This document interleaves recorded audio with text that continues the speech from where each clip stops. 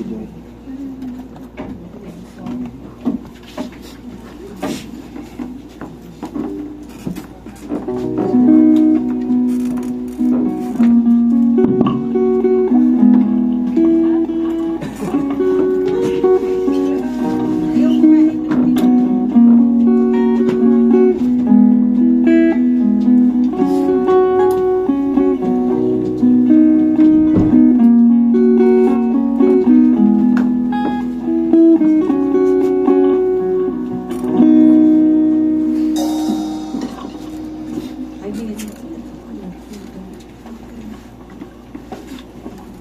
Amen. Kumusta po ang lahat? Praise God. Hallelujah. Kumusta po ang ating mga gising? Okay lang, wala matulog. Praise God po. Kasi wala nang gisingan. Si Ate Joy yung power na sulit. Amen. Praise God po. Hallelujah. Salamat po sa ating lahat. At ready na po ba tayo? Amen. Amen. At bago po tayo mag-umpisa, may babasahin po ako sa Psalms 105. Ang sabi niya po rito, dapat na si Yahweh ating Panginoon ay pasalamatan ng kanyang ginawa sa lahat ng bansang dapat ipalam. Siya ay purihin, handugan ng mga awit. At awit ating papurihan ng kahangahangang mga gawa niya. Dapat ngang isa-isa tayo ay magalak, yamang lahat tayo ay tunay na kanya. Ang kanyang pangalan, ang pangalang banal, napakadakila, lahat ay may nais maglingkod kay Yahweh. Dapat na masaya. Amen. Sa kanyang panimula na dapat na po tayo ay masaya kung ano man yung ating kalalagayan. Sa mga sandaling ito, kung ano man yung mga dalahin natin, ipabatid mo natin sa Panginoon. At okay po, bago pong lahat, tinayan ko pong lahat at tumayo para po sa ating unang panalangin.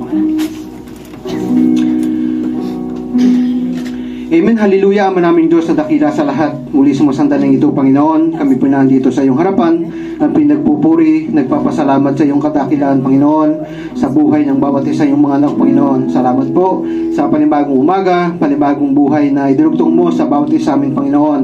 Salamat sa panibagong gising, Panginoon, na kami po ay patuloy na nakakahinga, Panginoon, nakakakita, nakakalakad, Panginoon. Salamat sa mga patuloy na pagsama mo sa amin, Panginoon. Salamat sa buhay namin, Panginoon, na patuloy na idinudugtog mo sa amin, O God. Salamat din po sa bawat isang iyong mga anak na patuloy na pinili ka, Panginoon, sa araw nito, O God, na ikaw ay pasalamatan, papurihan sa kanilang mga buhay, O God. Lingapin mo ang kanilang mga puso, ang kanilang mga buhay, Panginoon. At muli sa mga sandaling ito, O God, kami po ay nagpupuri at humingi ng patawad sa lahat po ng aming nagawa, Panginoon, ng mga bagay na hindi kayaya sa iyong harapan, O God. At ganun din po, Panginoon, linisin mo ang aming mga buhay, ang aming po mga puso, at patuloy na kami po ay samahan mo sa mga sandaling ito, O God. Patuloy na hiling po namin na samahan kami ng Banal na Espiritu sa mga sandaling ito upang kami po ay patuloy na makapagpuri, makapaglingkod sa iyong harapan, Panginoon.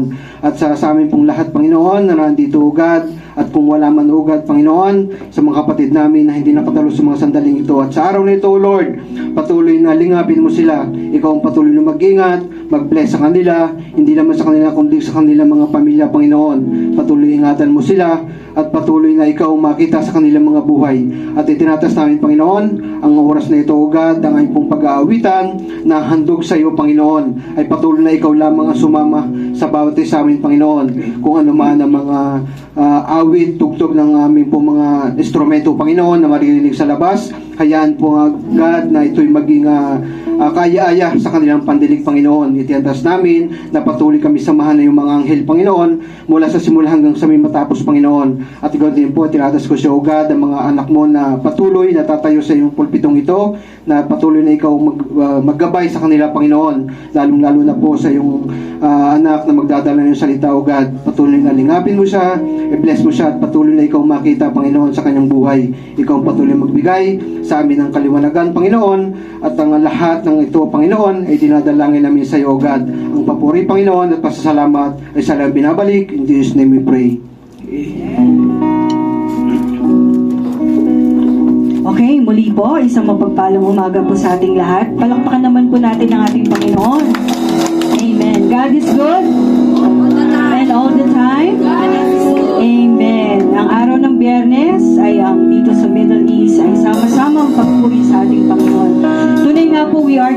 seated by God to worship Him as we start po for our opening song. Ulitin po natin ang Here I Am to Worship.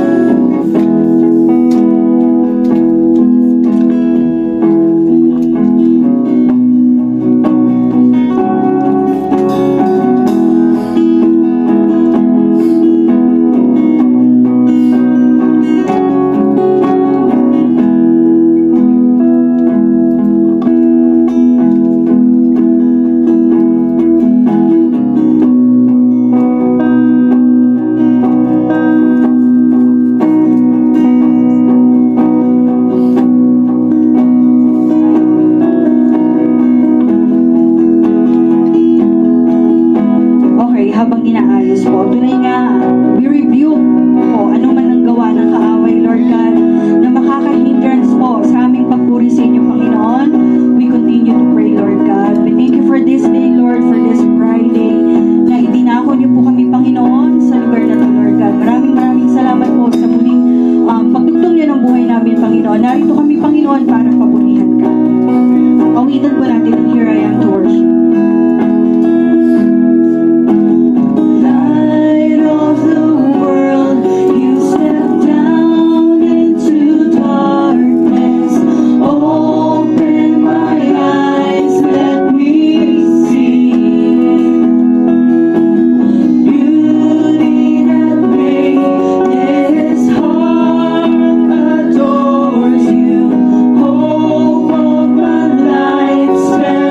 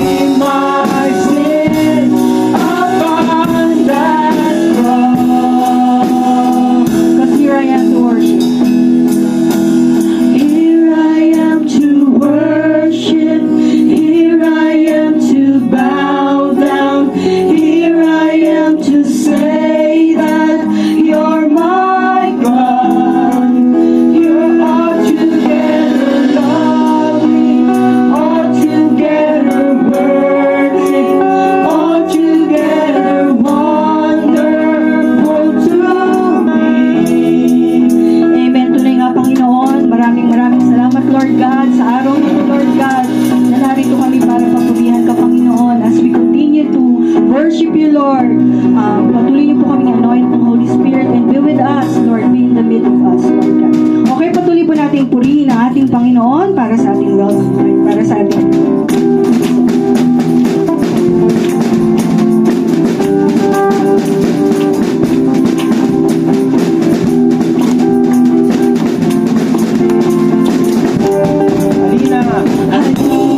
sama-sama, purihin natin siya. Halina sama-sama, awitin natin siya. Ipalakpak ang iyong kamay, itaas sa ating kamay. Lahat ay magsabing Diyos ay buhay. Halina sama-sama, halina sama-sama, awitin natin siya. Halina sama-sama, awitin natin siya. Ipalakpak ang iyong kamay, itaas sa ating kamay. Lahat ay magsabing Diyos ay buhay. Ipalakpak! Ipalakpak ang iyong kamay, itaas sa ating kamay. Lahat ay magsabing Diyos ay buhay. Lahat ay magsabing. Lahat ay magsabing Diyos ay buhay. Amen. So it's the first Friday of December para sa ating buena manong pag-celebrate ng Pasko ay awitin po natin ng Heart the Herald. Ano nga ba ibig sabihin ng Heart the Herald? Ang sabi po ay the good news of the Savior's birth. Amen.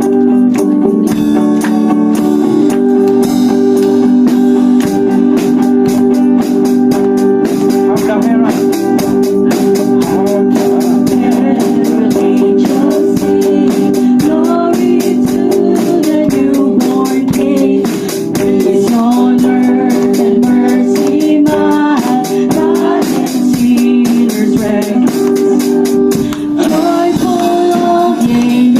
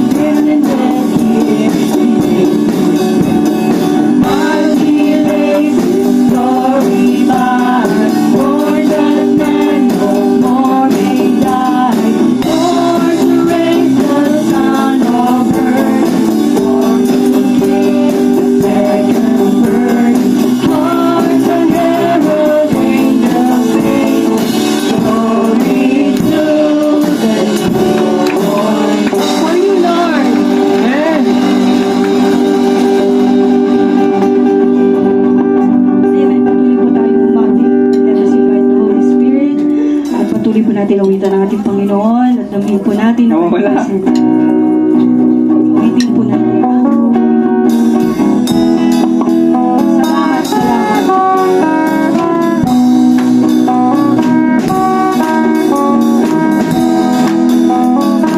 Nakakamasdan. Aking mamasdan, dalawa ka, hindi ko maunawaan iyong dahilan kung bakit ako'y pinili mo tinalagaan. Di ko kayang isipin, hindi ko kayang sukatin ang pag-ibig mo, Jesus, na iyong binigay sa akin. Salamat, salamat! Salamat, salamat, O Jesus, sa pag-ibig mo. Walang ibang nagmahal sa akin ang katulad mo. Salamat, salamat, O Jesus, sa pag-ibig mo. Ako'y magsasaya sa piling mo.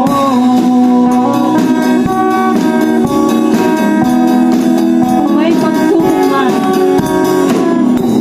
may pagsuman, pagkakikitan, ako ay may lalapitan. Ikaw ay susang, aking sandigan, hindi mo ko papabayaan. Di ko kayang isipin, hindi ko kayang sukatin ang pag-ibig mo, Jesus, na iyong binigay sa akin. Salamat, salamat! Salamat, salamat, O Jesus, sa pag-ibig mo. Walang ibang nagmahal sa akin ang katulad mo. Salamat, salamat, O Jesus, sa pag-ibig mo. Ako'y magsasaya sa piling mo. Salamat, salamat! Salamat, salamat, O Jesus, sa pag-ibig mo. Walang ibang nagmahal sa akin ang katulad mo. Salamat, salamat, O Jesus, sa pag-ibig mo. Ako'y magsasaya sa piling mo. Ako'y magsasaya. Ako'y magsasaya sa piling mo. Amen.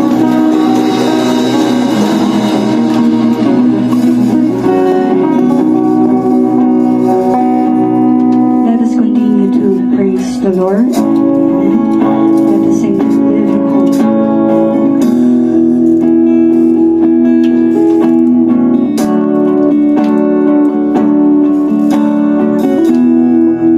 I'll break the glass that lay between us.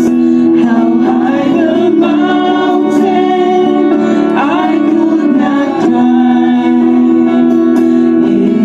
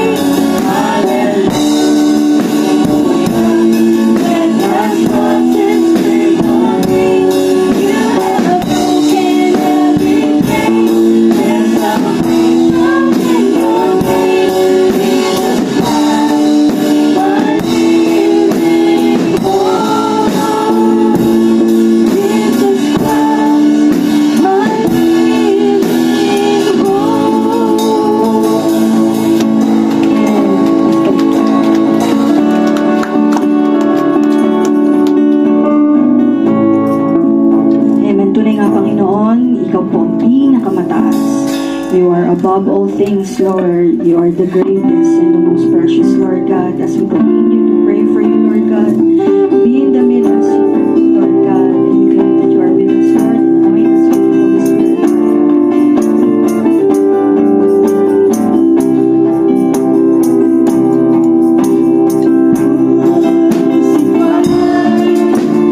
Lay behind the stone, you lived to die, rejected and alone, like a rose, trampled on the ground.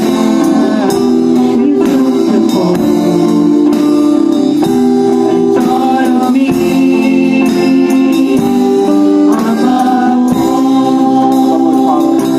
above all power, above all king, above all nature and all created things, above all wisdom and all the ways of man. You were here before the world began. Above all kingdoms, above all thrones, above all wonders the world has ever known, above all realms and treasures of the earth, there's a way to measure what you crucified.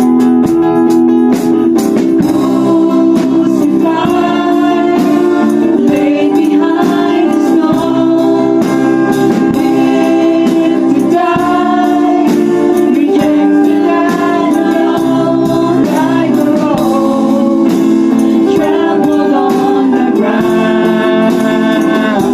You took the fall, thought of me, crucified, above all. Crucified, lay behind the stone, lived to die, rejected and alone, like a rose, trampled on the ground. You took the fall. For the last time po, crucified.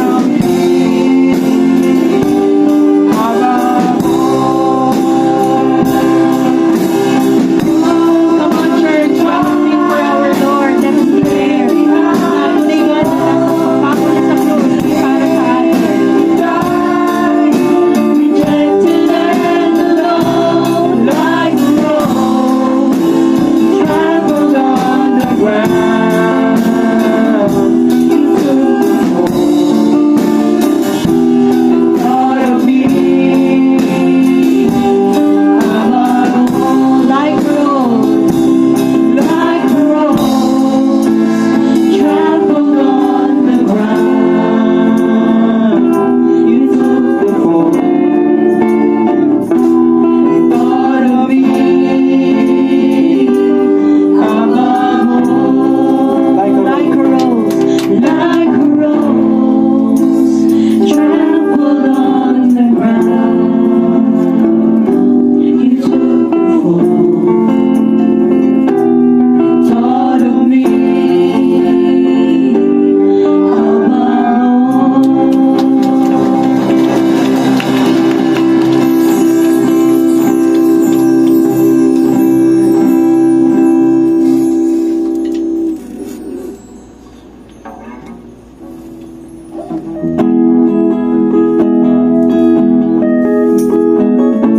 Awitin po natin ang ilan.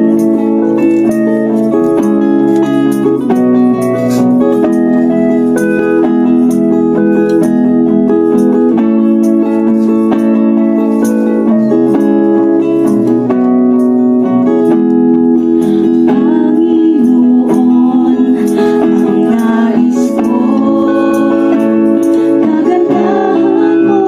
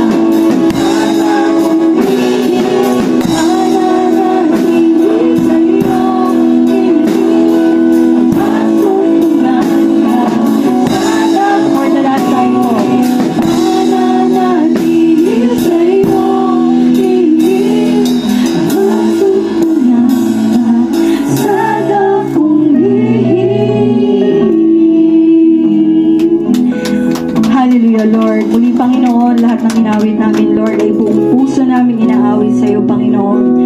Nawa po po naging isang sampung bulaklak sa inyong paanan, Panginoon. And sa nananatiling oras po na aming gagawin sa service, Lord, we offer all to you, Lord, and we claim the victory of today's service, Lord. In Jesus' name, amen.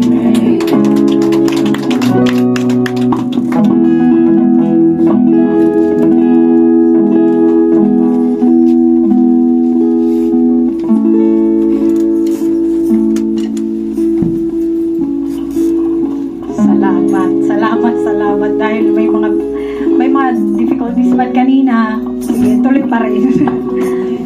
Nasa atin si Lord. May babasahin lang po ako. 1 Timothy chapter 2 verse 1 to 6. I urge then, first of all, that petitions, prayers, intercessions, and thanksgiving be made for all people, for kings and all those in authority, that we may live peaceful and quiet lives in all goodness, godliness, and holiness. This is good and pleases God our Savior, who wants all people to be saved and come to a knowledge of the truth. For there is one God and one mediator between God and mankind, the man Christ Jesus, who gave himself as a ransom for all people. Tayo po ay manalangin. Lord, salamat po sa araw na ito. Salamat sa panibagong araw dahil nagkakita po naman kami ngayon.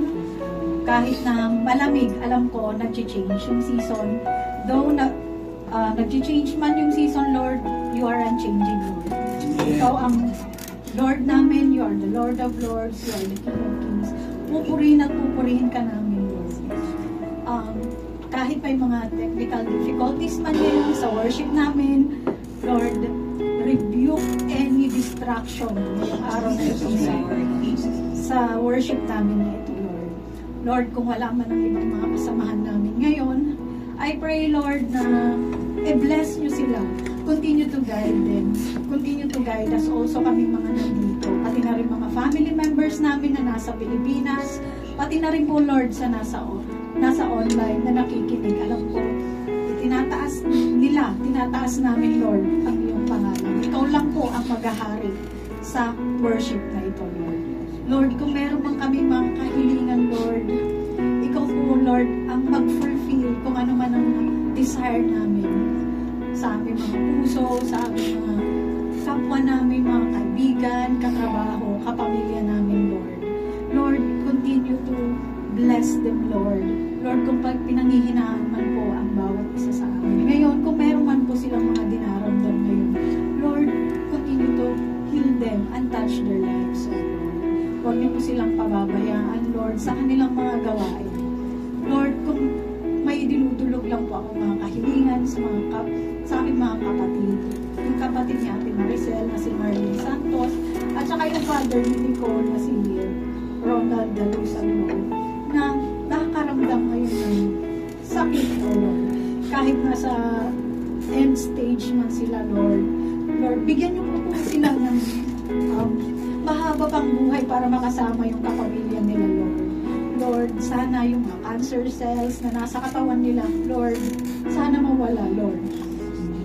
In Jesus' name. Lord, pati na rin po yung, Lord, nagpapasalamat ako, Lord, sa healing na binigay niyo po sa kanila. Kahit pa paano, Lord, unti-unti, Lord, na binibigyan niyo pa po sila ng, tinudugtungan niyo pa po sila, Lord, ng buhay para makasama yung family nila. Lord, salamat din po sa kagalingan ng asawa ko, Lord. Lord, hallelujah, Lord, nakakarinig na po yung left ear niya, Lord. Lord, we continue to serve you, Lord. We continue to praise you, O Lord Jesus. Salamat sa mga healing na pinagkaloob niyo sa family members namin, sa mga kasamahan namin na nandito. Bigyan niyo pa po kami, Lord, ng lakas para makapagtrabaho kami at magsilbihan ka, Lord. Lord, hinihiling ko rin po na sana maging safe and sound ang travel ni Kuya Al nitong darating na December 11 para makasama niya yung family niya. Give him happiness, O Lord, para makasama niya yung family members niya, mga anak niya, Lord. Alam ko, Lord, na ito yung hinihintay niya every year para makasama yung family niya. At Lord, para pagsilbihan ka rin. Alam ko, magkaiba man sila ng denomination, Lord, iisa lang po, Lord, ang kanilang sinasamba. Ikaw at ikaw lang po, O Lord. Lord, pati na rin po yung kapatid ni Ate Lucy. I'm praying, Lord, na sana maging normal yung result ng kanyang laboratory, pati na rin yung ultrasounds niya, O Lord. Tanggalin niyo po kung ano yung nakakabara sa kanyang katawan, Lord, at sa kanyang karamdaman na nararamdaman niya. Para na rin po, Lord, makapaglingkod siya sa iyo at saka para sa family niya. Alam ko, hinihiling niya na magkaroon siya ng trabaho, Lord. Kung humiling na ibigay niyo po sa kanya ang kanyang hinihiling, O Lord. Kung meron pang pong mga kahilingan ng bawat isa sa amin, Lord. Alam ko, hindi man nila masabi, Lord Jesus, ikaw po ang bahala, Lord, na mag-fulfill, O Lord, sa kanila. Dinudulog ko rin po sa inyo, Lord, yung mga churches dito sa Buraida. I pray, Lord, na magkaroon ng unity, O Lord. Wala pong lamangan, wala pong higitan, O Lord Jesus. Ikaw lang po ang pinupuri namin. Wala na pong iba, Lord. At tinataas namin palagi yung pangalan mo, Lord. Hindi po dahil sa pera. Huwag po mag-ibabaw, Lord, yung pera. Huwag po sana maging greedy ang ibang churches na nandito.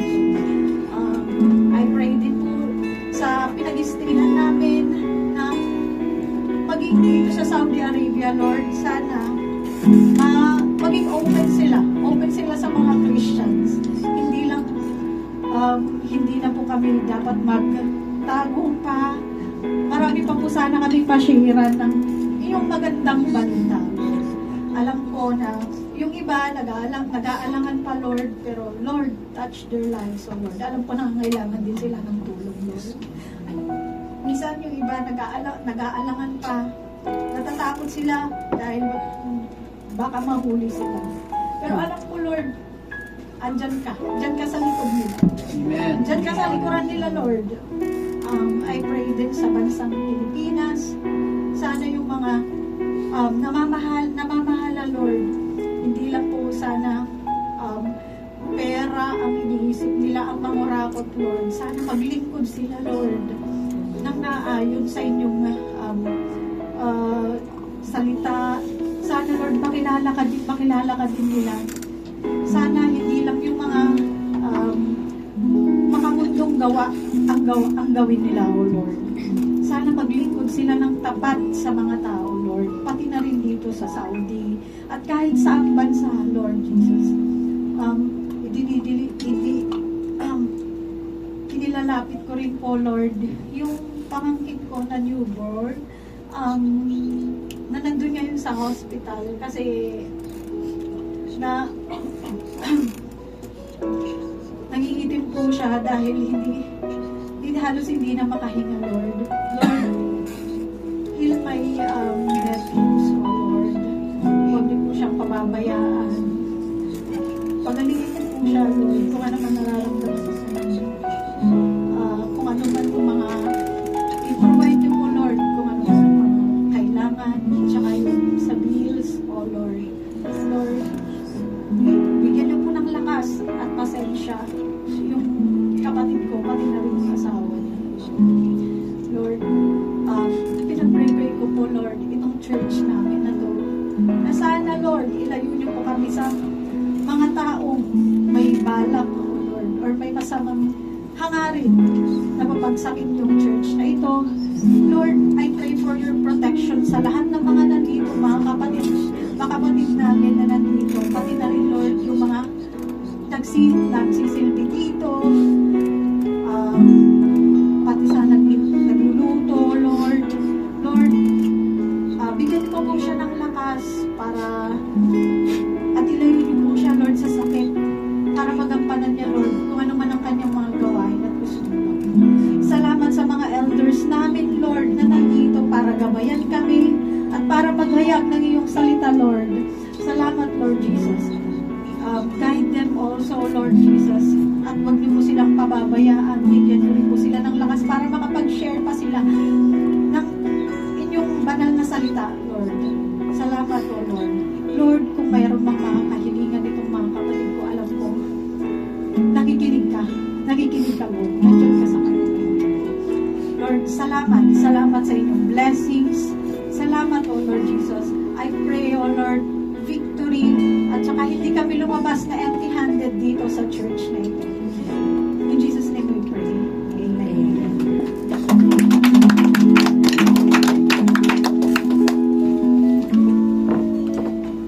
Amen. Sa ngayon po, para po sa ating taking of the bread, tinatapos ko yung Albert, para po sa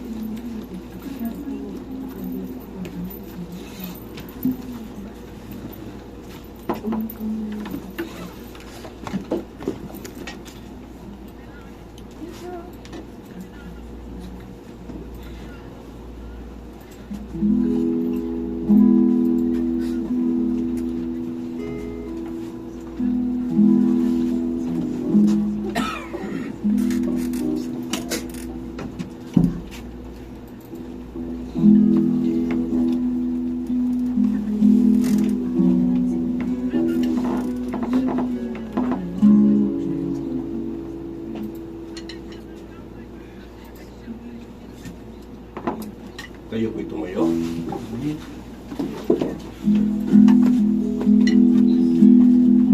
Panalangin po natin po ang Diyos sa tinapay na simbolo ng katawan at dugo ng Panginoon.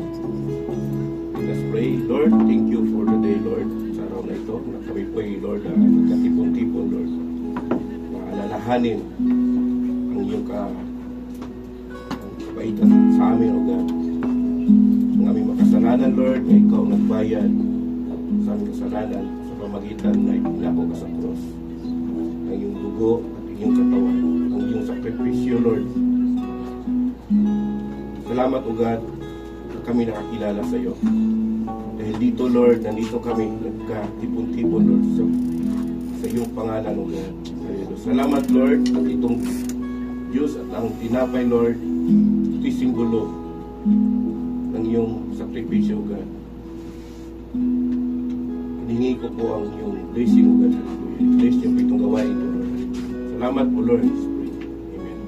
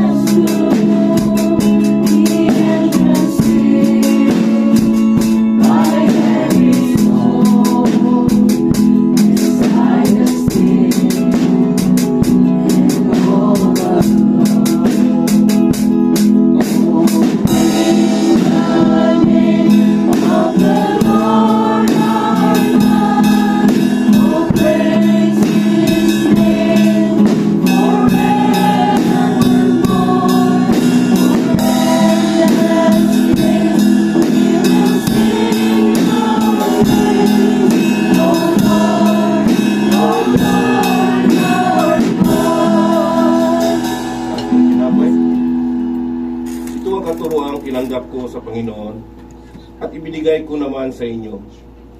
Noong gabing siya'y pinagkanulo, ang Panginoong Isus ay dumampot ng tinapay.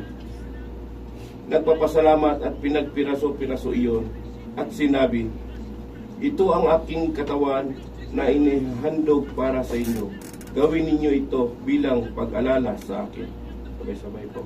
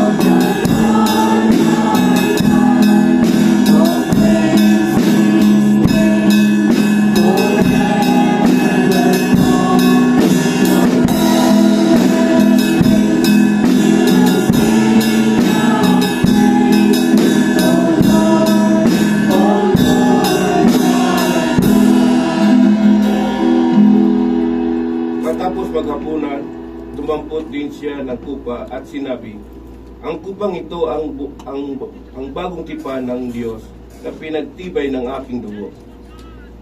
Tuwing inumin ninyo ito, gawin ninyo bilang pag-alala sa akin. Sapagkat tuwing kakain kayo ng tinapay na ito at iinom sa kupang ito, pinapahayag niya ang kamatayan ng Panginoon hanggang sa kanyang muling pagparito. Sabay-sabay.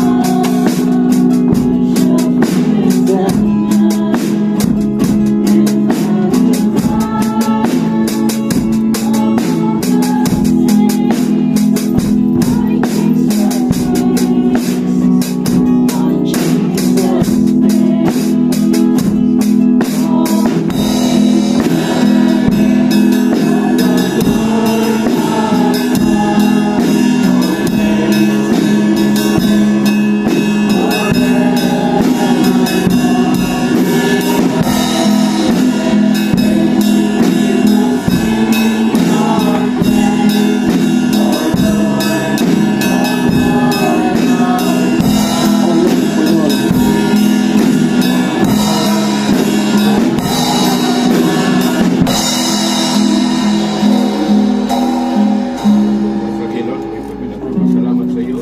Yes, pray. Amen.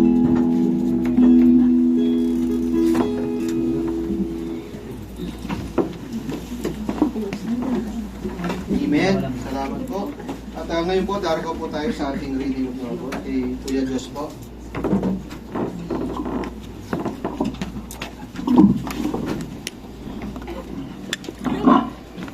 Let us all kneel. Romans chapter 4 verse 18 to 19. 22. Against hope, with hope he believed, so that he became the father of many nations, according to what had been spoken. So will your descendants be. He considered his own body to be already dead, since he was about 100 years old, and the deadness of Sarah's womb.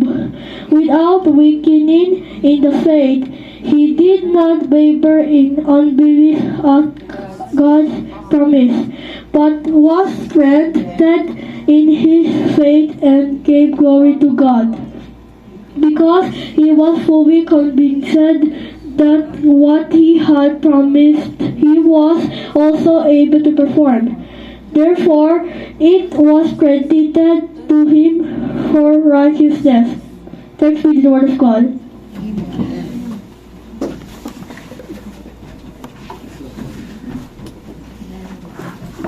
Amen po. Salamat Kuya Diyos. At ngayon po, narako po tayo sa ating pinakakahintay, ano?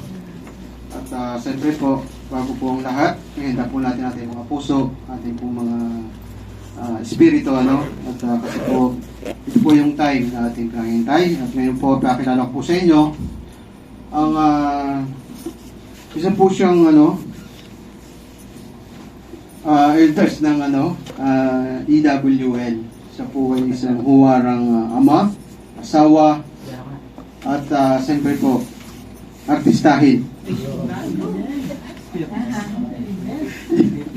Wala pong iba, tinatago po si Pastor Elby.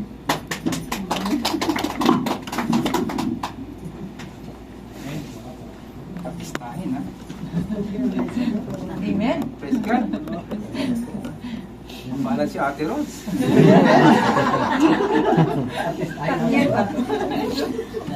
Matalino si Ate Rose. Kala ko ako na yung matalino para siya sa akin. Ako ya, matalino. Sino matalino? Si Ate Sen o ikaw? Parehas. Matalino si Ate Sen. Amen. So, praise God. Napakabuti ng Panginoon. Amen. So,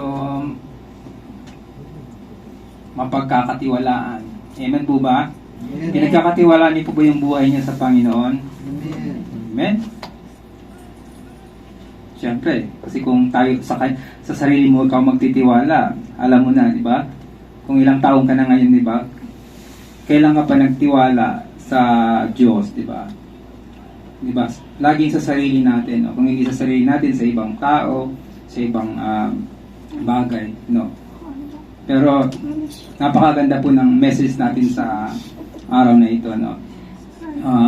Continuation po ng ng topic ni Ate Joy, ni Pastor Bernie, ni Kuya Al at Kuya Daniel.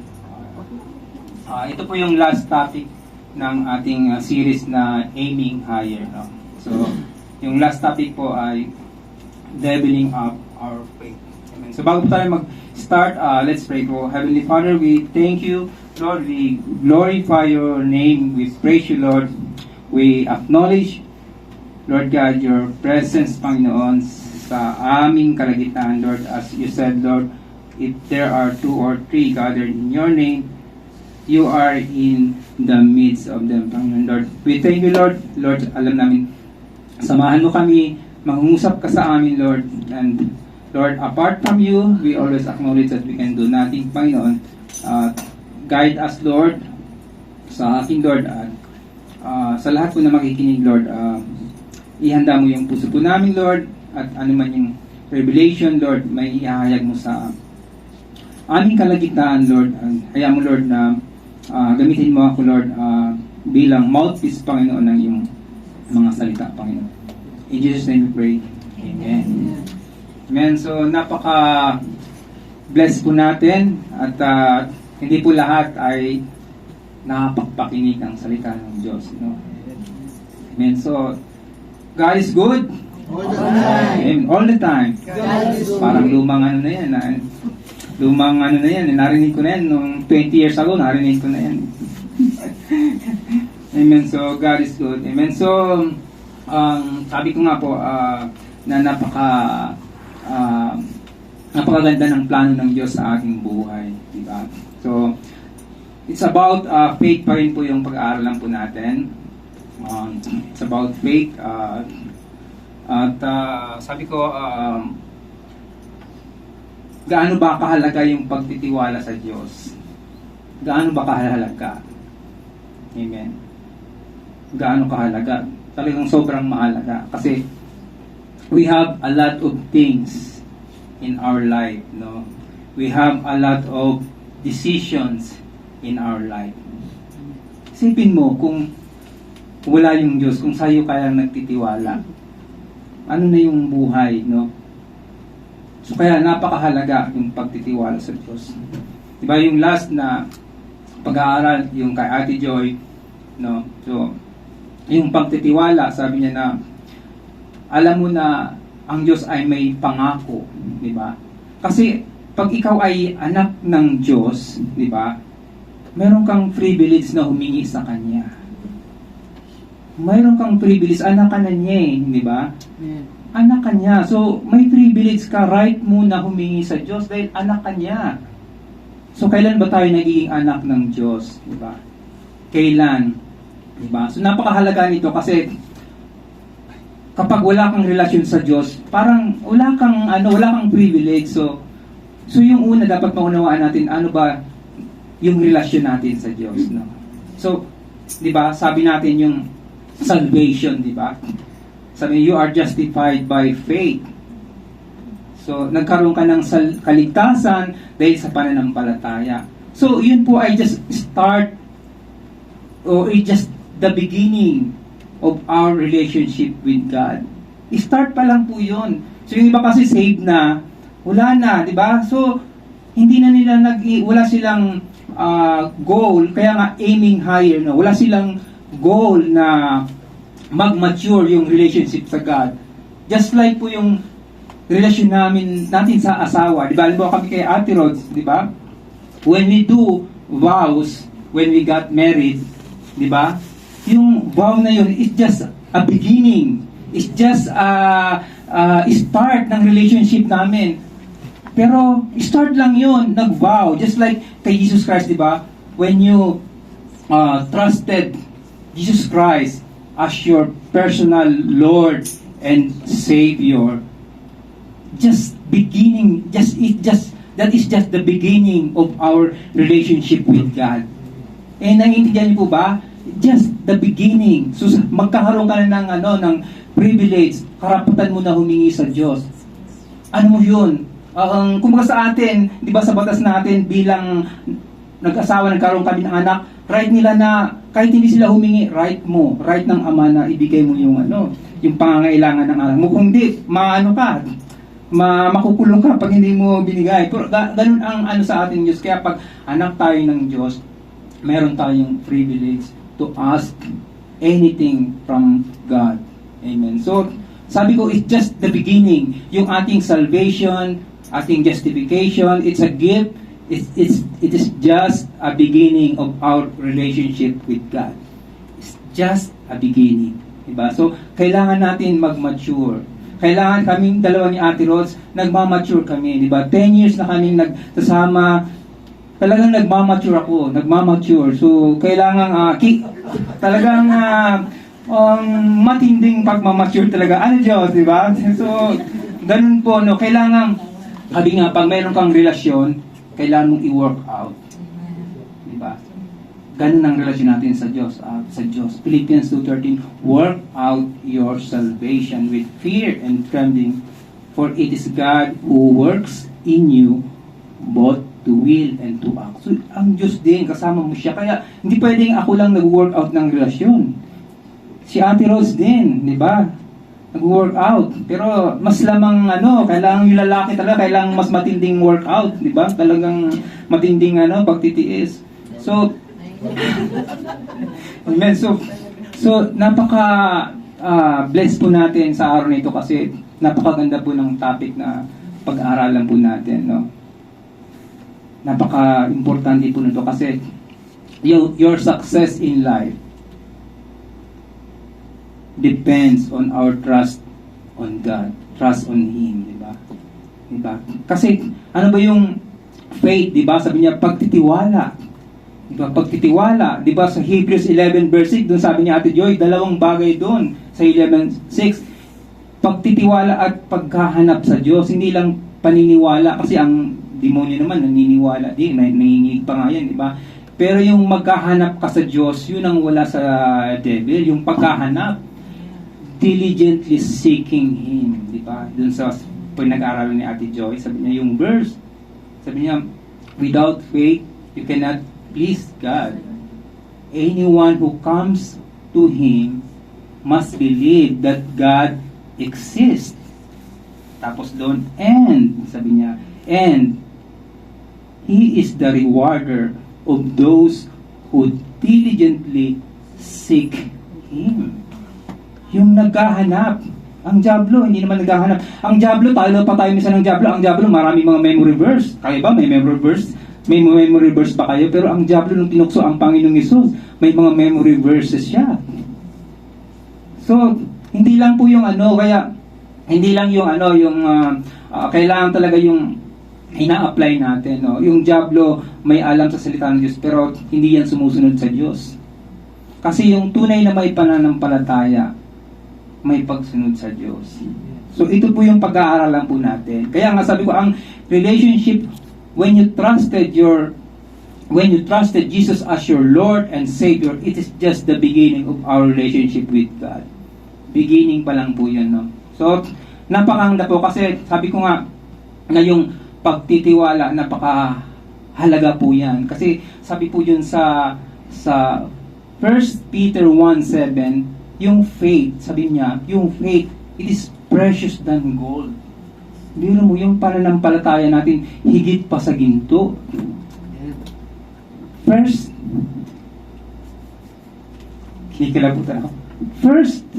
Peter 1:7, faith is precious than gold. Kaya ganun po. Bakit ganun po kahalaga yung pananampalataya? Sabi mo, pagtitiwala. Kasi pag nawala ka ng pagtitiwala sa Diyos, kalas. Tapos na. Di ba? Kaya, it is precious than gold. Kaya, sabi yung kaaway, ang thief daw came to kill, steal, and destroy. Sino po yung si devil? Ang unang nanakawin sa atin ng kaaway, ano yung faith mo? Yung pananampalataya mo sa Diyos. Yun ang unang nanakawin niya. Yan ang unang nanakawin niya. Kasi pag nawalan ka na ng pananampalataya sa Diyos, wala na. Miserable na yung buhay mo. Walang magagabay sa'yo. Lahat ng desisyon mo, puro mali na. Di ba? Puro walang ano. Kaya sabi ko, napaka-importante na mag-grow tayo sa Diyos. Kasi we have a lot of things in life. We have a lot of decisions in life. Kailangan natin ng Diyos. Kasi pag wala ang Diyos, di ba? Wala, di ba? So, kailangan natin ng wisdom, di ba? Lalo na sa pagdidesisyon. Wisdom, number 1. Di ba?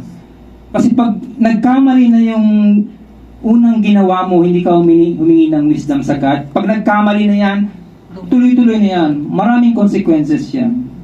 Halimbawa, nag-asawa ka, hindi mo pinag-pray. Napunta ka sa hindi magandang kamay. Diba? Sabi na, napuntahan mo, hindi magandang kamay. Naku. So, habang buhay kang magdurusa, pagtitiyasan mo talaga, pag napangasawa mo, naku, ikaw, Ate Rose, saan ka ba napunta? Magandang kamay o masamang kamay? Diba? O Diyos, diba? So, kailangan po yung ang pagtitiwala sa Diyos, ang faith, diba? Kailangan yung mga decision mo sa buhay mo, kailangan ikinukonsult muna sa Diyos. Hinihingi mo sa Diyos. Mag-aasawa ka kasi maraming major decisions sa buhay natin na talagang kailangan mo ang Diyos. Yung mga simple lang, yung ihi ka, Lord, saan ba ako ihi? Bahala ka, diba? Pero may mga major decisions sa buhay natin, kailangan natin yung gabay ng Diyos. Diba? Sino ba yung mapapangasawa ko? Lord, nandito na ba siya? Diba? Diba? Kuya Adrian? Diba? Pinag-pray nyo ba yung magiging makakasama mo sa habang buhay? Diba? Dapat pinag-pray po yan, no? Kasi pag hindi nyo pinag-pray, pag napunta ka sa, isang lalaki na, so magiging miserable ang buhay mo. Diba? So kaya, napakaganda po ng wisdom. Kailangan mayroong wisdom na nanggagaling sa Diyos. Kailangan, hindi tayo, sino bang mapagkakatiwalaan? Diyos lang. Ang asawa natin, hindi mapagkakatiwalaan yan. Sorry, pero totoo po yun. Hindi mapagkakatiwalaan ang asawa natin. Di ba? Sorry, Ate Rose, hindi kita mapagkatiwalaan. Kasi isang example po dito, si Abraham, tingnan mo si Abraham, sa Genesis verse 12, sinabi ng Diyos na Abraham, nabibilang mo ba yung bituin na sa langit? Niya, ganyan, magiging kasing dami ng iyong ng anak, mga apo. Napakaganda. Tapos sabi ni Abraham, nanampalataya siya, kaya nga sabi niya, kaya siya binilang na matuwid kasi nanampalataya sa Diyos. Pero 75 years old na yun si Abraham, 75 years old. At si Sarah naman, 65. So, dinadatnan pa naman si Sarah. Talagang may chance pa mga anak kasi dinadatnan pa naman. Oh, 6 noon. Noon. Kaya nga, dinadatnan. Kaya kung baga saan yung pagtitiwala mo, posible, okay lang, no? Okay lang, no? Di ba? So, tingnan mo ngayon, no? Dito nagkamali si Abraham kasi nung 10 years na yung pangako ng Diyos, wala pa silang anak ni Sarah. 10 years na. So 10 years na naghihintay, wala pang anak sila. So wala pang anak. So sabi ngayon ni Sarah, sabi niya, Abraham, pwede ba sipingan mo na lang si Hagar yung alipin ko. So hindi tayo kasi baka magkaanak tayo kasi anong petsa na tayo? Baka wala na, di ba? Yung pangako ng Diyos 10 years ago hanggang ngayon wala pa rin. Sabi nila magiging sindangin ng tin. So ngayon na-tempt si Abraham, kaya sabi ko ang babae hindi mapagkakatiwala. Yung asawa pa niya ang nagtukso sa asawa niya. Sabi niya, pwede ba sipingan mo na lang si Hagar na alipin ko, baka magkanang tayo. So nakinig si Abraham sa asawa niya. So yun yung nag-start na miserable yung buhay niya. Kaya sabi ko niyo pagkakatiwalaan niyang asawa. So sabi ko sa mga major decision natin, 'di ba? Kaya sabi ko mahalaga na sa Diyos muna tayo nagtatanong. Humihingi muna tayo ng gabay sa Diyos. Kasi pag inuna mo yung Diyos, ituturo niya sa iyo, may taong ipapadala siya kasi ang God gagamit din ng tao. Gagamit din siya ng tao na para i-guide ka niya. Hindi ka humingi ng wisdom sa God. Wala. Hindi siya humingi ng wisdom sa God. So ngayon, nangyari, di ba? Naging miserable yung buhay niya. So yung unang anak niya si Ismael, dun sa di ba? Alam mo hanggang ngayon, dahil sa ginawang pagkakamali ni Abraham, alam mo yung Ismael na yan, yung mga Arab. Tingnan mo yung Israel hanggang ngayon, magulo sila. Yan yung consequences ng pagkakamali na ginagawa natin. Tingnan mo, kung magkamali ako ng desisyon, sino magsasuffer? Asawa ko, anak ko. Tingnan mo kung ako ang magkamali ng desisyon sa buhay ko. Ang daming umaasa sa akin. Paano na lang yung mga umaasa sa akin? Kaya sabi ko napaka-alaga na yung pagtitiwala natin sa Diyos. Kasi yung pagtitiwala, yung faith natin sa Diyos, andyan lahat. Pag nagtitiwala ka sa Diyos, magtatanong ka sa Kanya, you will ask direction from God. Lord, ano po yung gagawin ko sa bagay na ito? Diba? Tatanong mo lagi ang Diyos. Sa bawat pagkilos mo, kinukonsult mo lagi ang God. Tayo ba, kinonsult ba natin ang God? Diba? Kukuha ka ng bahay, kinonsult ba natin sa God na kailangan kong magkaroon ng bagay, diba? Ano mang bagay dapat kinukonsult natin sa God? Kasi pag hindi mo kinonsult sa God, magkakaroon ka ng problema, consequences. Kasi ganun tayo. Kapag nagkakaproblema, saka lang natin naaalala ang Diyos. Diba? Totoo po yun. Kung kailan ka po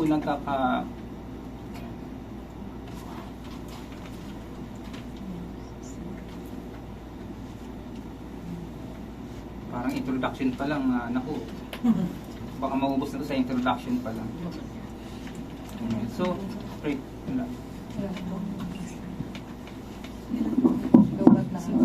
So, hallelujah. Amen. Praise God.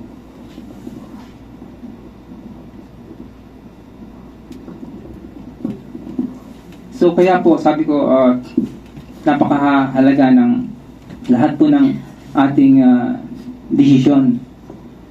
Pinagkakatiwala tayo sa Diyos. Kasi nga, may relasyon kayo. Pwede kang kausapin mo tayo, natanong mo lagi ang Diyos sa buhay. Sa lahat ng ginagawa mo, tatanungin mo ang Diyos. Di ba?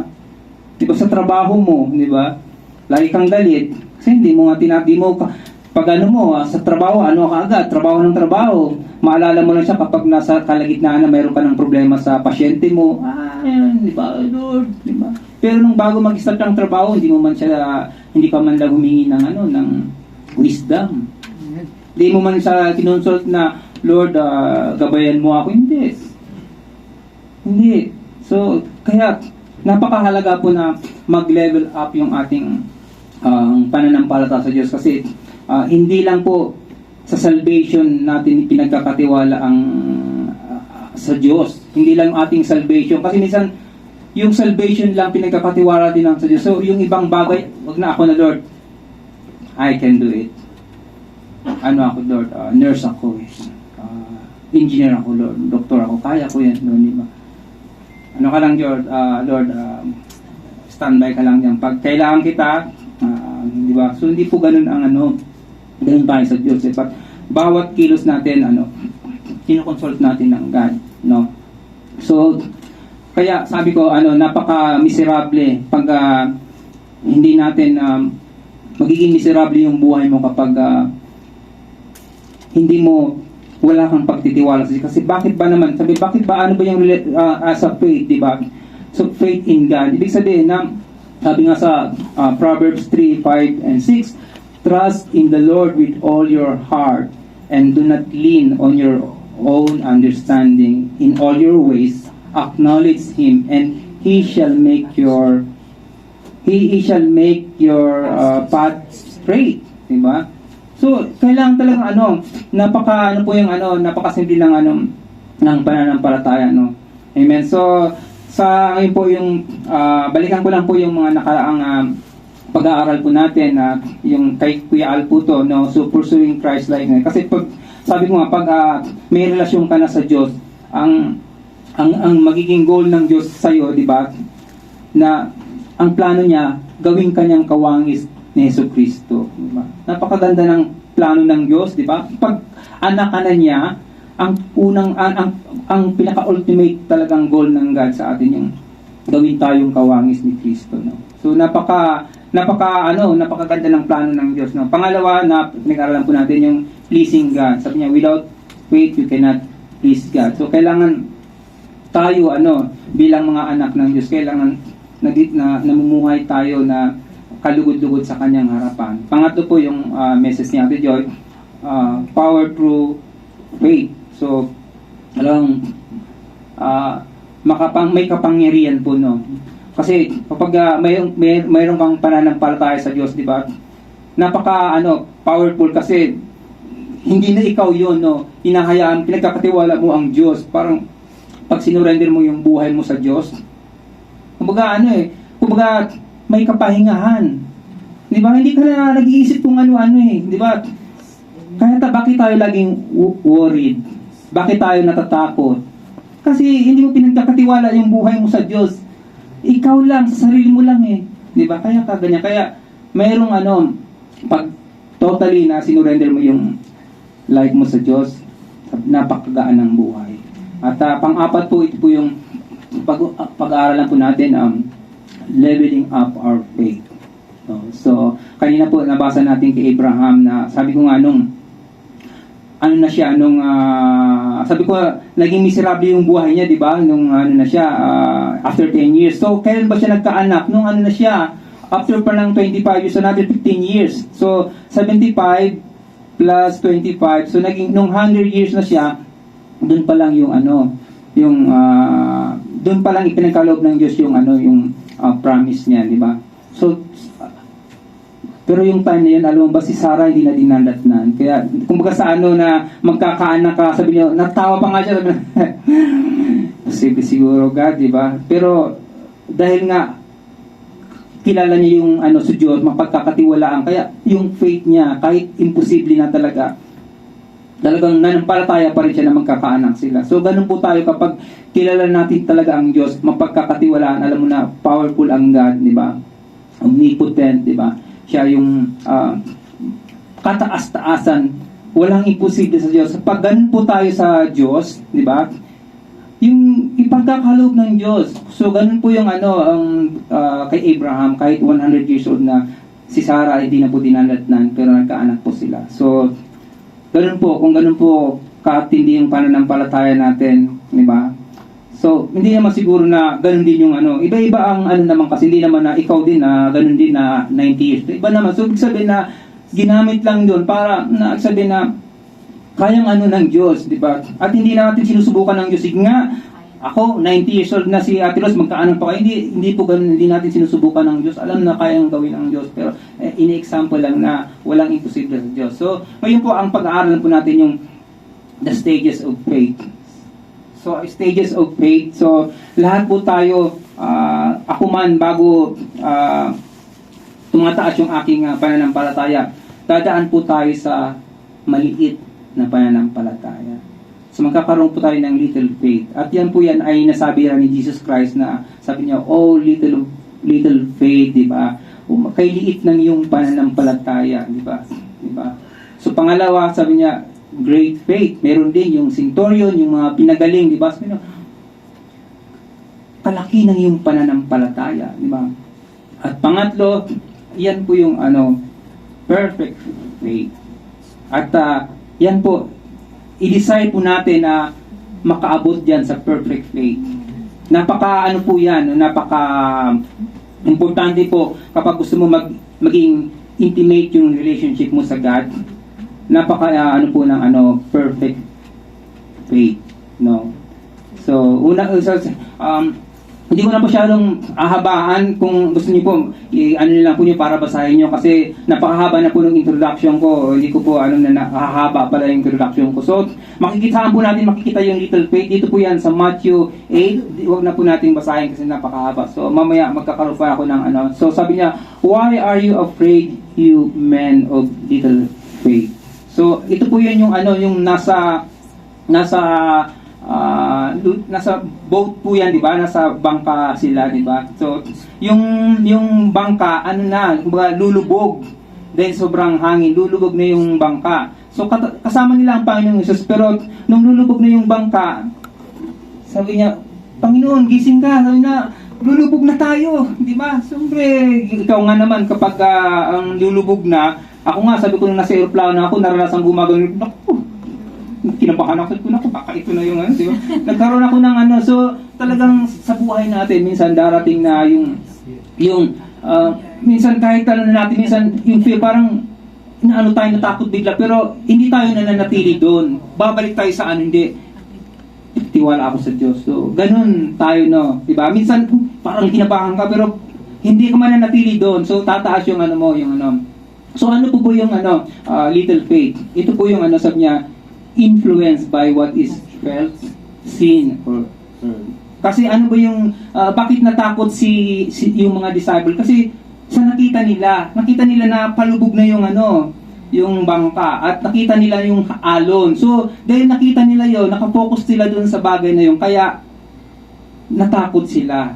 So, ganun po yung little faith. Tumitingin ka dun sa mga nakikita mo. Hindi ka nakafocus sa Diyos. Tumitingin ka dun sa nakikita. Parang ito yung Diyos, ito yung obstacle. Nakatingin ka lang dito sa obstacle. Hindi ka nakatingin sa Diyos. Ganun po yung napakalitang pananampalataya. So ganun po ang strategy ng devil. So mayroon siyang ipapakita sa yung mga obstacle, mga hindrance. So pag nakatingin ka diyan, magkakaroon ka talaga ng fear, anxiety, magiging worried ka. Pero kung nakatingin ka, hindi. Wala yan, mas malaki yung Diyos kaysa problema ko. Pag nakatingin ka din sa Diyos, nakafocus ka doon. So, kaya, ganun po yung little faith, no? Nakatingin sila sa na influensya ng nararamdaman, na nakikita, naririnig, di ba? Yung mga, next po, ang little faith, kung gusto nyo, i-screen, lang po nyo, focus on the obstacle, sabi ko nga, not on God. Ganun po pag maliit yung pananampalataya mo. Minamagnify mo lagi yung problema. Hindi ka nakatingin sa Diyos. Hindi ka nakatingin hindi ka kulang ka sa pagtitiwala sa Diyos. Di ba wala nga di ba? Nakatingin ka. So, pangalawa po na illustration po natin yung Oh, you of little faith. Makikita po natin dito sa Matthew 6:25-30. Ito naman po yung worried sila sa makakain, no, di ba? So, yung worried sila sa pananamit nila. Kaya sabi ni Jesus Christ, oh, you of little faith, no. So, ang pangatlo pong masasabi natin na description ng little faith, yan po yung restless faith. Kasi wala kang kapangyarihan, puro ka lagi kang nag-alala. Kasi pag hindi mo pinagkakatiwala ang Diyos lahat, pag hindi mo talaga pinagkakatiwala sa Diyos ang lahat, lagi ka nag-aalala, di ba, Pastor Bernie? Mayroon tayong yan, laging inaalala lahat, kaya walang kapahingahan pag maliit yung pananampalataya mo. At pang-apat po yung verse na to, sabi niya, if you can do anything, take pity on us and help us. No? So, ganun po kapag maliit yung pananampalataya mo, ang ano mo, sabihin mo, Lord, kung kaya mo lang, Lord, kung kaya mo, di ba? Parang ikaw, ang Diyos ba, kung ikaw lumalapit sa Diyos, Lord, baka naman, kung kaya mo lang, Lord, di ba? Hindi ka, kung lumalapit ka sa Diyos na wala kang confidence, sabi na, baka naman, Lord, kayang-kaya mo yan, di ba? So, ganun po yung ganun po yung pagmaliit ang pananampalataya mo na if you can do anything. So, ganun po sabi niya. So, I know He can, I'm not sure He will, di ba? Minsan, alam mo na kaya ng Diyos pagalingin, pero ang problema sa'yo, will ba kaya ng Diyos na gumaling siya? Di ba? Will ba kaya? Ikaw, Ma'am Ja, di ba? Ganun, di ba? Alam mo na, kaya ng Diyos pagalingin yung sa tuhod mo, pero ang tanong, nagda-doubt ka, will ba kaya ng God? So, nagkakaroon ka ng doubt, little faith, no? At panglima, struggling faith, nagkakaroon ka ng struggle, no? Pag maliit yung pananampalataya mo, nagkakaroon ka ng struggle lagi, di ba? Struggle lagi, lahat. Parang, yung heart mo divided, yung kabila ng heart mo, nananampalataya sa Diyos, yung kabila ng heart mo, hindi. So, divided yung heart mo, yung mind mo. So, ganun po yung little faith. Nag-i-struggle ka lagi. Hindi mo kaya magtiwala talaga sa Diyos. Kasi, minsan, nagtitiwala ka sa kakayahan mo. Kasi, ano naman ako may pinag-aralan ako, di ba? O ano ako, di ba? Marami akong experience. So, hindi mo lubos may pagkatiwala sa Diyos yung inihingi mo, no? So, doubting faith. Okay? So, nagda-doubt. Okay, so, pwede ko po i-share yan sa group natin, no? Para hindi kayo ma-distract, no? Amen. So, yan po yung little faith, ganyan po siya, influenced by what is felt, seen, or heard. Focus on obstacle, not on God. Restless faith, I know He can, I'm not sure He will. Struggling faith, doubting faith. So, move na po tayo ng great faith. Ano naman yung great faith? Makikita po natin dito sa Matthew 8:5-10. Basahin niyo lang po yan. At sinabi po ng Panginoong Hesus doon sa, I have not found anyone in Israel with such great faith. Ito po yung centurion. I think yung centurion, no? So, sabi ng centurion na yung alipin ko po may sakit. Pagalingin niyo po. Sabi ng Panginoong Hesus, sige, pupuntahan ko. Pero sabi ng centurion, Lord, huwag na po. Huwag niyo nang puntahan. At hindi ka po karapat-dapat sa aking sa bahay. Hindi ka karapat-dapat. Sabi niya, sabihin mo lang, Lord, gagaling na ang aking alipin. So, ganun pagkalaki ng pananampalataya mo, sabi mo, Lord, sabihin mo lang gagaling yung aking alipin. Diba? Ganun kalaki ng pananampalataya tayo. Diba? Ganun ba tayo, Lord? Prayer request kung saan-saan. Ang dami ng prayer request. Hindi ka wala kang confidence na sa Lord, na magtitiwala sa Lord. No? Hindi ka, parang wala kang mag-direct sa God. No? So yan po, kalaki ng pananampalataya ng centurion. Okay, next po. So, ang great faith po, ano po yung trusting in the nature of God. So, tingnan po yung yung centurion, di ba? Actually, yung centurion, unbeliever siya eh. Wala man siyang relasyon eh. Pero dahil nag-trust siya sa power ng God, alam niya na kayang pagalingin ng Diyos yung kanyang alipin. So, ganun po yung kahit hindi po mga unbeliever, pag nag-trust sa God, kayang pagalingin ng Diyos, di ba? Di ba marami tayong mga pinagpupray na hindi man unbeliever, di ba? Ay unbeliever. Pero pag ikaw na nagpupray, di ba? Ino-honor ng God kapag yung mayroon tayong pananampalataya sa Kanya. So, pangalawa po, sabi niya, then Jesus answered her, O woman, great is your faith. Di ba? Yan, makikita po niya. Ito po yung, I think, yung babae na dinurugo. Di ba? So, hindi pa yata itong, hindi yung yung anak niya na inaalilihan yata ng masamang espiritu, yung babae. No? So, ang nangyari po dito, kasi itong babae na to, sabi ko nga, Gentiles, hindi siya, kasi si Jesus Christ pumunta lang para sa mga Israel, di ba? Pero itong babae, sabi niya, Canaanite. So, kasi noon mayroong pag yung Israel na nakapangasawa ka ng ibang lahi, hindi ka ititiwala ka na, hindi ka nakabilang sa So ito po yung isang babae na Kaya ang makikita po natin dito at i-share ko na lang po ate sa sa group, no. Share ko to. Okay? So so ito po yung yung Canaanite na yung babae na to. So great faith po siya kasi sabi niya, kasi yung una po nireject siya ng Panginoong Hesus nung nagsabi niya humingi siya ng tulong sa Panginoong Hesus, pero alam mo ginawa ng Panginoong Hesus, nireject siya, parang wala lang Panginoong Hesus, no. So kumbaga pero hindi nag yung babae, hindi siya nanghinaan ng loob, hindi siya pinanghinaan ng loob, talagang parang siya, nagmakulit siya. Kaya alam mo, pag great faith ka, willing to wait for God's timing. Diba? Willing to wait for God's timing. Alam mo yung timing, napaka-importante po yan. Sa lahat po ng sa mga sports, napaka-importante ng timing. Diba? Kung meron kang nililigawan, timing, napaka-importante. Kuya Adrian, diba?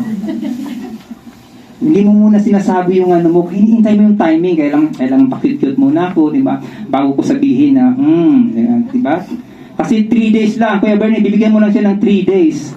Di ba? 3 days lang, sasagutin ka na. At 3 minuto, di ba?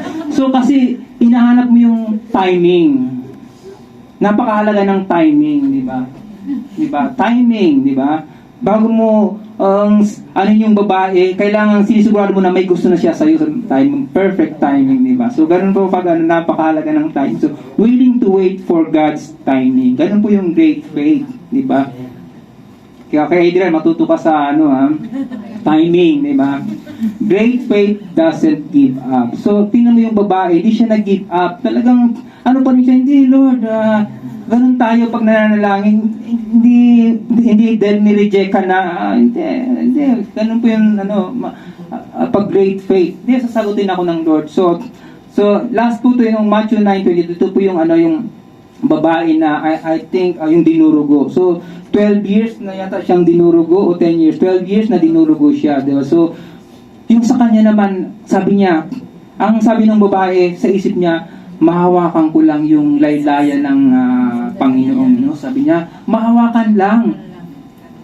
Parang sa kanya, hindi mo na kailangan, Lord, magsalita na, pagalingin mo ako, no? Sa kanya, napakalaas ng pananampalataya. Sabi niya, mahawakan ko lang tong laylayan niya. Hindi yung, hindi yung kamay, hindi yung, yung rope. Gagaling na ako. Alam mo yung Panginoon Jesus, na-touch siya, parang, sabi niya, parang lumabas na power sa Panginoon Jesus. Mayroong So, ganun po, kalaki ng pananampalataya ng okay. Kasi, ito po, bakit po pa pinag-aaralan natin? Kasi, minsan, kailangan natin to sa mga prayer request po natin.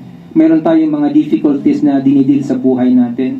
Kailangan natin ng, although sabi ko, na hindi ibig sabihin na maliit yung faith mo, hindi ka sasagutin. Hindi.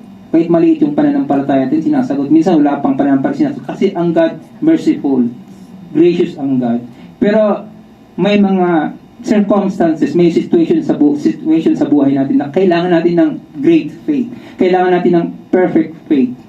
Di ba? Kailangan natin.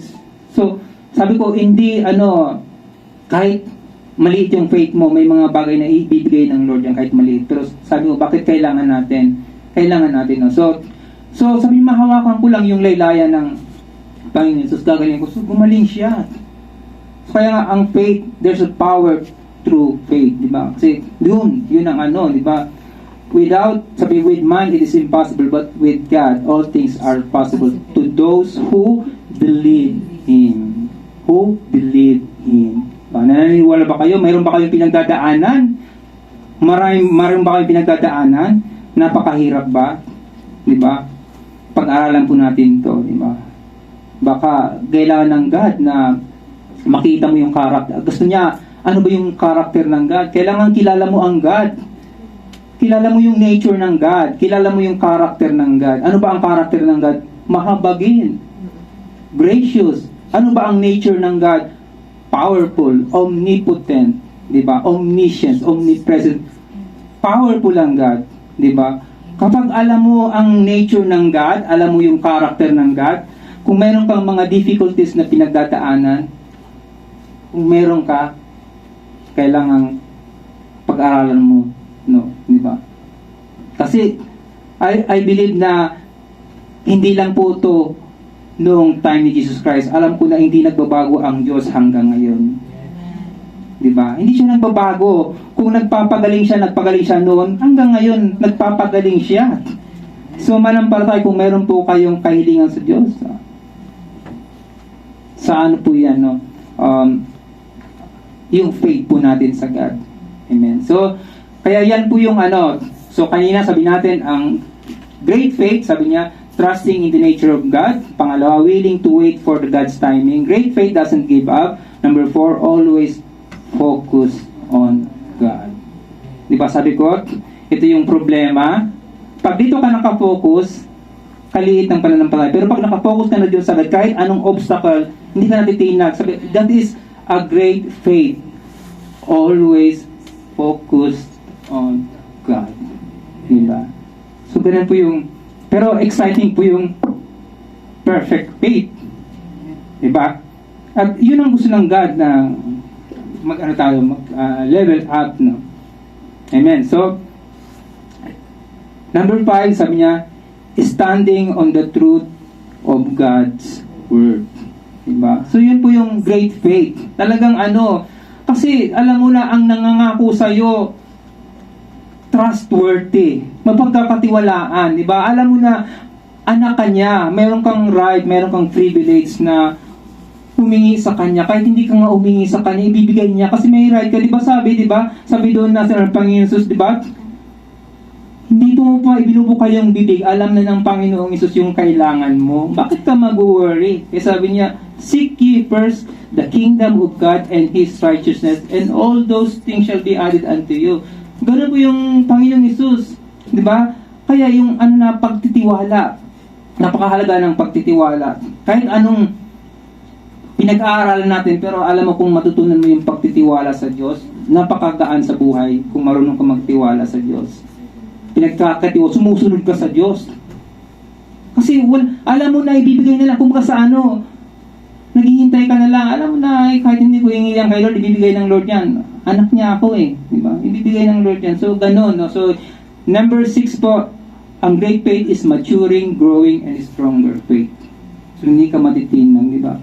So, hindi ka matatalo ng ma-depress, magkaroon ng anxiety. Hindi ka maano niya, pag great faith na yan. So, tandaan po yung 6 na yan, no? Amen. So, let's move na po dun sa last na po to, perfect faith. Napakahaba na yata. Amen. Baka nawawala na yung ano. So, sabi niya, ito yung great faith. Ano na lang ba yung James 2:21-22. Ito. James, yan na lang, James 2:21. Basahin po natin. So, dito na lang po ako. So, isi-share ko na lang po ito sa group. Pwede po yung pag-aralan. So, amen. So, para po, hindi mahaba. Sobrang haba kasi pag 2:21-22. 21-22. Ito po yung perfect faith, no? Sabi ko nga, may little faith, great faith. So, kumbaga, may parang grade, hindi ka pwedeng mag-grade 2 kung hindi ka dadaan sa grade 1. Hindi ka pwedeng mag-grade 3 kung hindi ka dadaan sa grade 2. So, ano siya? Prerequisite, no? Sabi niya, 21. Ito yung perfect faith. Sabi niya, wasn't Abraham our father justified by works when he offered Isaac, his son, on the altar? You see, that faith was active together with his works, and by works, faith was perfected. By works, faith was perfected. So, yung unang pag nangusap sa kanya ng Panginoon, yung wala pa silang anak. Diba? Ito na yung sinubok na naman siya ng Panginoon. Yung i-offer na niya si Isaac. Diba? Yun yung pangako na yung lahi mo dadami through Isaac. Pero ngayon sasabihin mo sa akin na i-offer mo yung anak mo kasi papatayin yung anak. Pero alam bang ginawa ni Abraham? Sumunod siya sa Diyos. So ganun pala pag yung ganap yung pananampalataya mo. Kasi mababasa mo yan sa Genesis doon na sabi niya, na pupunta kami doon, sabi niya doon sa dalawang alipin niya, pupunta kami doon sa i-offer namin, may kami gagawin. Pero sabi niya ni Abraham, babalik kami. Pero ibig sabihin, alam niya na kumbaga hindi, kumbaga sa kanya, answered prayer na yung promise ng God. Answered prayer na. So kasi bakit babalik kami? Confident siya na babalik sila ni Isaac. Pero talagang siya, handa niyang patayin yung anak niya. Handa niyang patayin yung anak niya. Pero bago pa dun, pumunta dun sa altar, na siya, sinabi na niya dun sa dalawa niya alipin. Basahin niyo yung Genesis 18 yata o Genesis 18, no? Basahin niya, sabi niya sa alipin na babalik kami. Babalik sila ng anak niya. Meron mo, sabi niya. Sabi ng anak niya, mag-aalay tayo. Sino ba yung i-aalay natin? Sabi ni Abraham sa anak niya, God will provide for him. Diba? Ganun po yung pag great faith ka, pag great faith ka na, alam mo na answered prayer na yung kumbaga, it's done na para sa'yo, yung prayer, yung mo, it's done. Hindi na yung waiting ka, hindi, alam mo na, it is done. Parang sa Mark 11:24, whatever you ask in prayer, believe that you have received it, and it shall be yours. Parang, kumbaga sa ang perfect faith, parang, alam mo na, andyan na yan. Naghihintay na lang yan, di ba? When the time is right, the Lord shall make it happen. Di ba? Isaiah 60 verse 2, di ba? 22. 60 verse 22. When the time is right, the Lord shall make it happen. So, ganun po yung pag perfect faith ka na, actually, hindi ka na humihingi sa Diyos. Pag yung perfect faith ka na, sa slides be, pag perfect yung faith mo, hindi ka na hingi sa Diyos. Alam mo, hinihintay mo na lang anong ibibigay ng Diyos kasi alam mo na yung ibibigay ng Diyos mas best kaysa dun sa pinaplano mo. Alam mo, ganun po yung Diyos. Ako, anda na yung promotion pero hindi ko hinihingi. Andiyan na, kung sa pero hindi. Ayan ko, Lord, na yung when the time is right, di ba? Alam ko, sabi ko, hindi ko di ba? Hindi ako, pero nung una, hindi, nagmamadali ka. Hindi. Pero, hindi ako nagmamadali kasi alam ko yung God, yun lang. Alam ko yung God na yung plan niya always the best. 'Di ba? Kasi yung plan ng God laging may timings 'yan, no. Meron siyang own timing, 'di ba? Hindi pwede na God's plan you have to put it on your schedule. Hindi po 'yan, 'di ba? Parang kasi tayo gusto mo yung plano ng Diyos, kailangan pagdating ko ng 22, God, ibigay mo na sa akin yan, di ba? So, ganun tayo, no? Hindi tayo marunong maghintay, no? Kaya pag hindi tayo marunong maghintay, nai-miss natin yung best plan ng God. Kasi, ibibigay na pala ng Diyos sa'yo dito, inunahan mo na siya, kasi lagi tayong nauuna sa Diyos. Di ba? Yung pag mayroon tayong gustong gawin, nauunahan lagi tayo ng Diyos. Di ba ang sabi ng Diyos, sumunod, hindi yung pangunahan mo yung Diyos. Di ba? Sumunod ka, sabihin, sumunod ka ng Diyos na sa unahan, dito ka. Di ba? Hindi yung, ang Diyos ang susunod, Lord, sumunod ka na lang sa akin. Di ba? Ganun ba yun? Pag may plano, Lord, sundan mo na lang yung plano ko. Hindi ganun ang Diyos. Mo na lang, Lord, ang plano ko, pakisunod na lang, ito yung schedule ko, Lord. Hindi ko, Lord, kayang maghintay, Lord. Hindi ko kaya. Diba? So, hindi po yung di ba? Paano ba yun sa Diyos na? So, ang Diyos merong plan, meron siyang timings. Plan at saka timings. Ang gusto natin, yung plan ng God, gusto natin ilagay sa schedule natin. Di ba? Gusto ko, Lord, pag 30, na ako, 2 ng anak ko. Diba? Laging pinapangunahan mo kasi ang Diyos. Di mo man lang pinagkakatiwala, Diyos, Lord, alam ko yung your plan is the best. Lord, magtitiwala ako sa iyo. Lord, alam ko na andyan na siya. I will wait, Lord, on the right time, Lord. I claim it, Lord. Ibibigay mo sa akin, Lord. So, ang gagawin ko lang, Lord, mag-uubay lang ako sa iyo. Susunod lang ako. Magiging mabuti ako sa iyo. So, parang gagawin mo na lang, maging masunurin ka na lang sa Diyos kasi alam mo na yung ibibigay sa iyo parating na. Andiyan na 'yon, di ba? So mag-ano ka na lang. magpapatuloy ka sa gusto mo malugod lagi, yung buhay mo gusto mo na maging malugod ang Diyos sa'yo. Diba? So, ganun po yung pag perfect na yung faith mo, hindi ka nahingi ng hingi. Ginagawa mo na lang yung bawat ginagawa mo, gusto mo kalugdan ng Diyos. Whatever you do, do it for the glory of God. Ganun ang nasa isip mo. Whatever you do it for the glory of God. So ang perfect faith po, willing to obey God. Kaya kapag perfect na yung faith mo, willing to obey God. Basahin mo natin yung Hebrews 11, nandyan po yan, di ba? Gusto niyo, kaya sabi ko, kung gusto niyo malaman ang Diyos, makilala ang Diyos, talagang basahin niyo yung salita ng Diyos. Gusto niyo malaman, wala siyang nililihim ang Diyos sa atin. Diba? Andyan, malalaman natin. So, perfect faith, willing to obey God. Diba? Kasi alam mo na yung pangako na napakaganda. Napakaganda. Ano bang hinihingi mo? Asawa? Maganda? Andyan na yan. Diba, be? Andyan na yan. Oh, diba? Maghintay ka na lang. Maging ka. Yung sarili mo. Kasi, alam mo, hindi ibibigay ng Diyos ang isang bagay na hindi ka ready. Tingnan mo, alam mo, nag-asawa ka ng maaga, siya, pag nag-asawa ka ng maaga, tingnan mo, magiging miserable yung buhay niyo kasi hindi kayo ready.